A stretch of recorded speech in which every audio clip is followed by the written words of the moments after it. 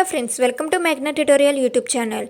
SSC GD and MTS ఎగ్జామ్స్లో general awareness సెక్షన్లో important topic అయినటువంటి ఏషియంట్ ఇండియన్ హిస్టరీ గురించి ఈ వీడియోలో క్లియర్గా ఎక్స్ప్లెయిన్ చేస్తాను. ఇంపార్టెంట్ టాపిక్స్ అన్నీ కవర్ చేస్తూ వీడియో అయితే చేశాను. సో ఎగ్జామ్స్కి ప్రిపేర్ అవుతున్నటువంటి అభ్యర్థులందరూ వీడియోని అయితే చివరి వరకు చూడండి. ఇంపార్టెంట్ కాన్సెప్ట్స్ అంతా మీకు కవర్ అయ్యేలా చేశాను. ఈ టాపిక్ నుండి అయితే యావరేజ్ వెయిటేజ్ 4 మార్క్స్ ఉంది మీకు. సో అసలు మిస్ చేయకూడని టాపిక్ కాబట్టి వీడియోని అయితే చివరి వరకు చూడండి. చూసే ప్రతి ఒక్కరు చిన్న లైక్ చేయండి. కొత్తగా ఎవరైనా చూస్తున్నట్టయితే ఛానల్ని అయితే సబ్స్క్రైబ్ కూడా చేసుకోండి.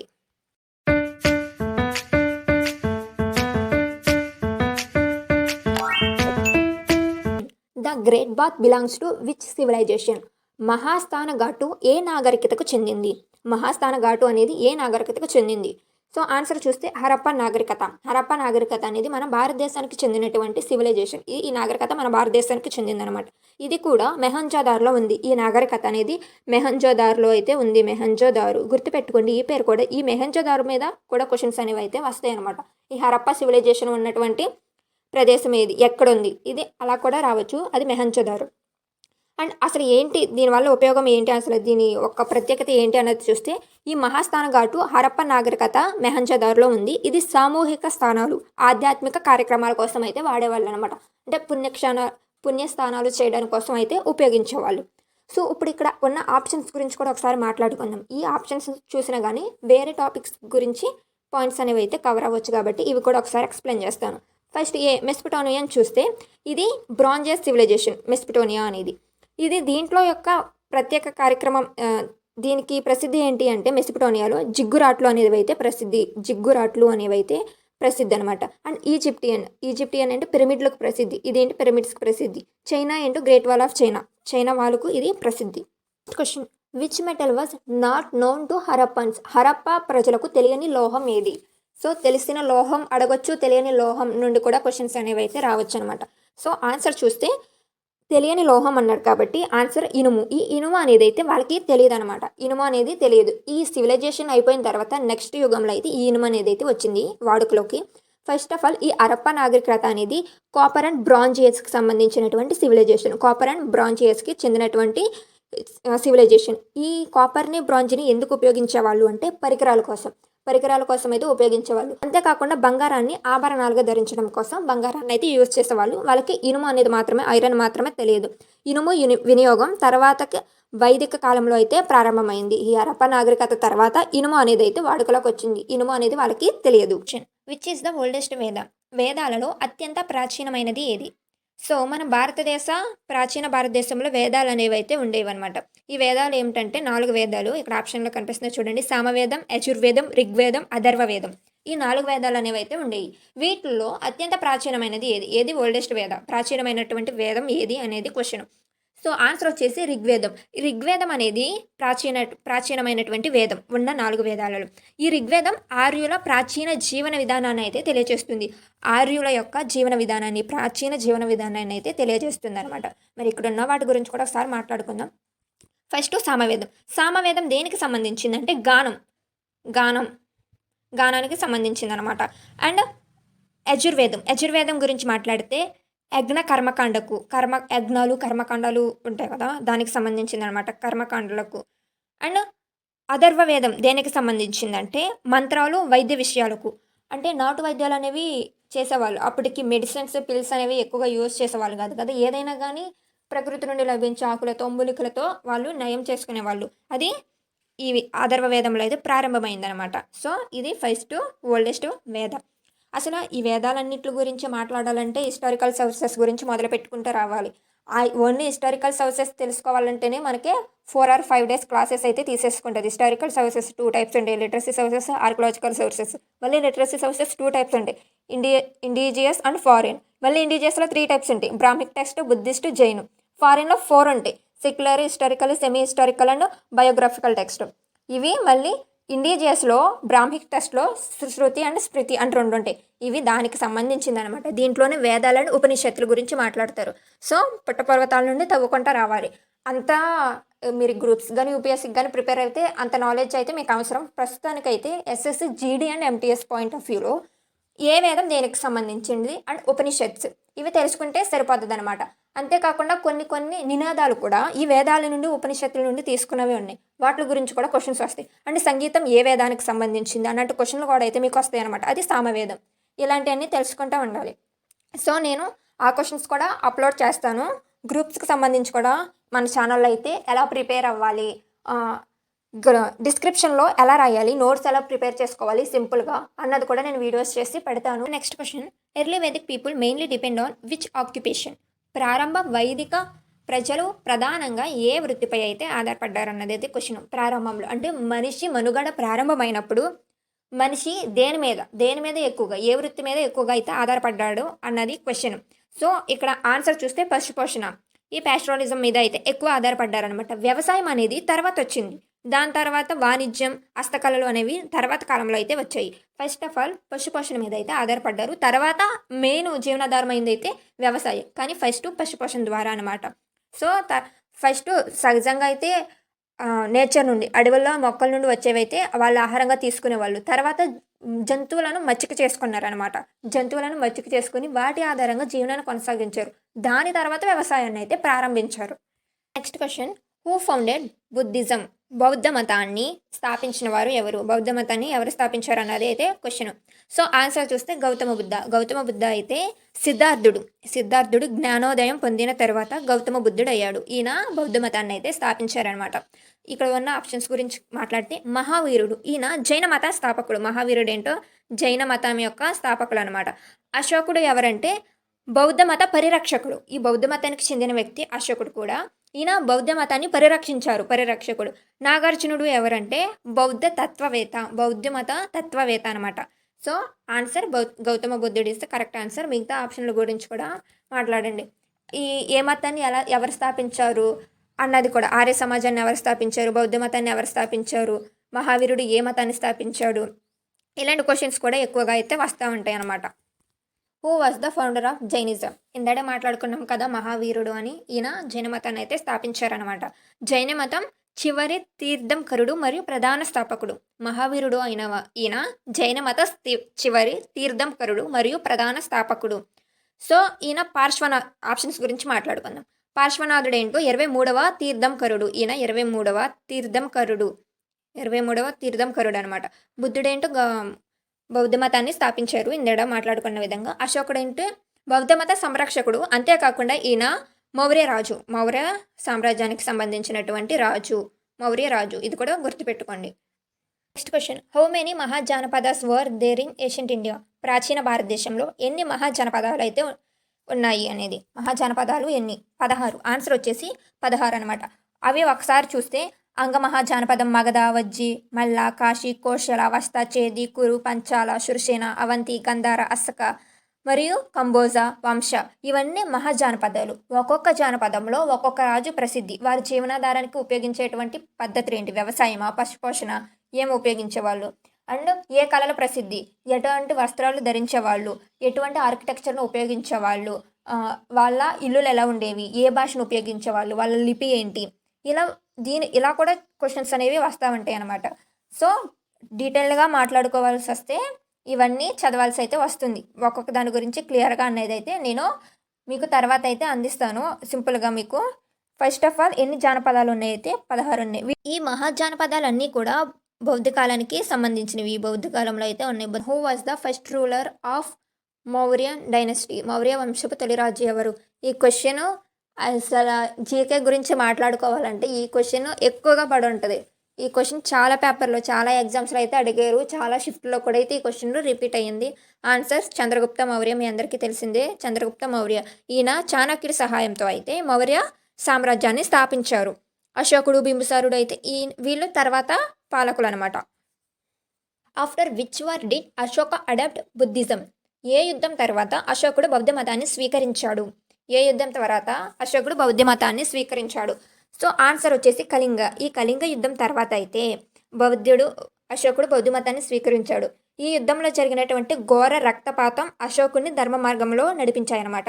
ఇక్కడ పానిపట్, ప్లాసీ, తరైన్ ఈ 3 ఏంటంటే ఆధునిక మిడీవియల్ హిస్టరీకి సంబంధించినటువంటి మిడీవియల్ ఇండియన్ హిస్టరీకి సంబంధించినటువంటి యుద్ధాలు. వీటి గురించి నేను మిడీవియల్ హిస్టరీ గురించి కూడా చేస్తానని చెప్పాను కదా, సెపరేట్గా వీడియోస్ అప్లోడ్ చేస్తానని. వాటిలో క్లియర్గా అయితే మాట్లాడుకుందాం. And next question, who wrote అర్థశాస్త్ర? అర్థశాస్త్రాన్ని రచించిన వారు ఎవరు?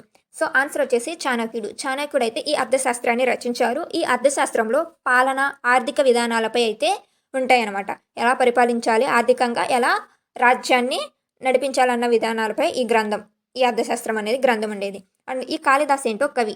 ఆప్షన్స్ గురించి కూడా మాట్లాడుతుంటే, కాళిదాసు ఈయన ప్రసిద్ధి కవి. పతాంజలి ఏంటంటే యోగ స్తోత్రాల గురించి తెలియజేసేది. పానికి ఒక వ్యాకరణానికి ప్రసిద్ధి. ఈ పాణిని వ్యాకరణానికైతే ప్రసిద్ధి. Nalanda university belong to which period? Nalanda విశ్వవిద్యాలయం ఏ కాలానికి చెందింది?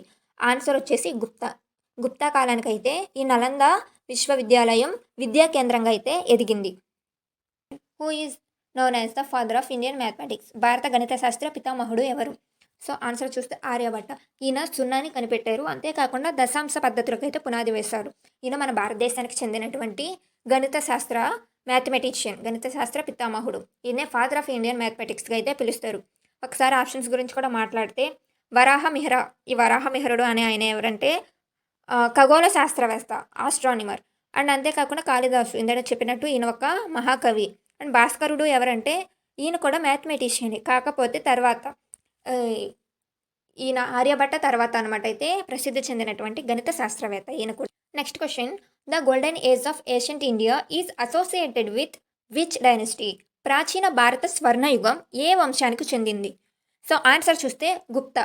ఈ గుప్త కాలంలో అయితే ఎక్కువగా కళలను, సాహిత్యం, శాస్త్రం అభివృద్ధి చెందాయి. ఆర్ట్, మ్యూజిక్ అండ్ ఆర్కిటెక్చర్ వీటిలన్నిటికి కూడా అభివృద్ధి అయితే ఎక్కువగా చేశారనమాట. అందుకని దీన్ని స్వర్ణయుగం అని అయితే పిలిచేవాళ్ళు.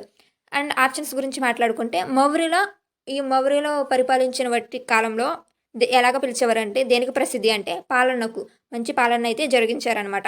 అండ్ కుషాణ, దీని గురించి మాట్లాడుకుంటే వాణిజ్యానికి, పంటలు పండడం, వాణిజ్యం కోసం అయితే ఎక్కువగా ప్రసిద్ధి ఈ వంశం. ఈ చోళల వంశం అయితే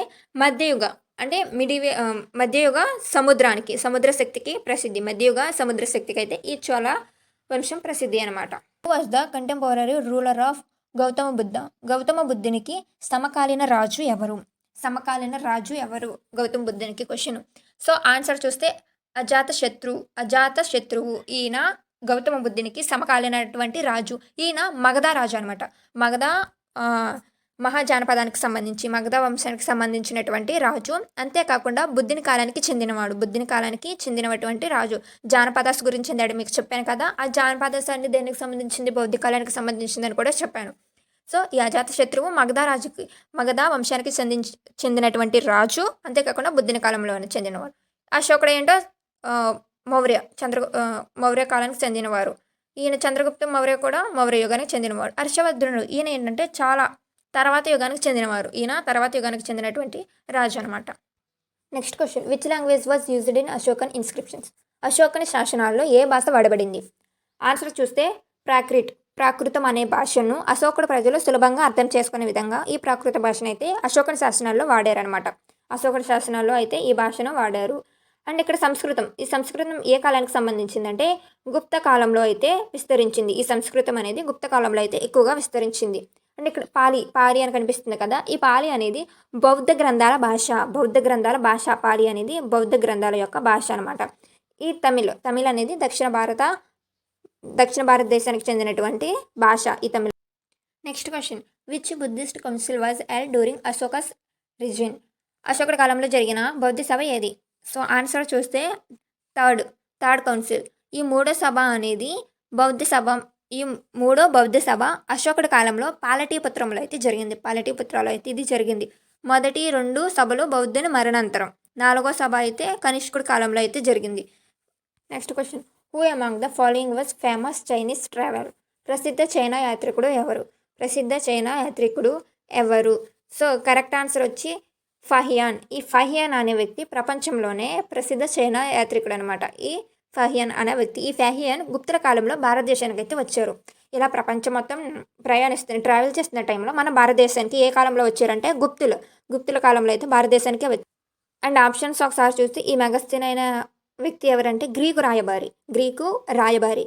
ఈ ఆల్బిరన్ ఇన్ బుట్టాటా మధ్యయుగ యాత్రికులు అనమాట. ఆల్బిరుని ఇబ్న్ బుట్టాటా అనేవాళ్ళు మధ్యయుగ యాత్రికులు. Question, which dynasty introduced gold coins అనే లార్జ్ స్కేల్? భారీ స్థాయిలో బంగారు నాణేలు ప్రవేశపెట్టిన వంశం ఏది? So answer Gupta. ఈ గుప్తా పరిపాలించినటువంటి కాలాన్ని స్వర్ణయుగం అని కూడా ఇందడు వచ్చిన క్వశ్చన్లు అయితే చూసామన్నమాట. ఎక్కువగా బంగారు నాణాలను అయితే విస్తృతంగా ఈ కాలంలో వాడారు. బంగారు నాణాలని ఎక్కువగా ఈ గుప్త కాలంలోనే ఎక్కువగా వాడారు. దీన్ని స్వర్ణయుగం, స్వర్ణం అంటే దాని అర్థం బంగారమే కదా, స్వర్ణయుగం అని కూడా పిలిచేవాళ్ళు, గుర్తుపెట్టుకోండి. అంతేకాకుండా ఇక్కడ ఆప్షన్స్ ఒకసారి చూస్తే మౌర్యులు అయితే వెండి నాణ్యాలని ఎక్కువగా ఉపయోగించేవాళ్ళు. మౌర్యులు వీళ్ళు బంగారం కదా, వీళ్ళేంటో బంగారం, వీళ్ళేంటో వెండి, వీళ్ళు ఎక్కువగా వెండి యూజ్ చేసేవాళ్ళు. అండ్ అంతేకాకుండా శాతవాహనులు ఈ శాతవాహనులు అయితే ఏ నాణ్యాలు వాడేవాళ్ళు అంటే సీసం నాణ్యాలను అయితే వాడేవాళ్ళు అనమాట.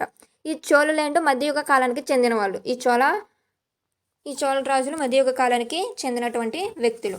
Next question, which age is known as the iron age in India? భారతదేశంలో ఇనుమ యుగంగా పిలువబడే కాలం ఏది? ఇనుమ యుగంగా పిలిచే కాలం ఐరన్ ఏజ్గా ఏ కాలాన్ని పిలిచారు మన భారతదేశంలో అంటే లేటర్ వేదిక్ ఏజ్. ఆన్సర్ వచ్చేసి లేటర్ వేదిక్ ఏజ్. తర్వాతి వైదిక కాలం. ఈ లేటర్ వేదిక్ ఏజ్ కాలంలో, ఈ టైంలో అయితే ఇనుము వ్యవసాయం ఆయుధాల్లో అయితే ఎక్కువగా వాడారు. ఇనుము వ్యవసాయం అనేది ప్రసిద్ధి చెందిందనమాట ఈ లేటర్ వేదిక్ ఏజ్లో అనమాట.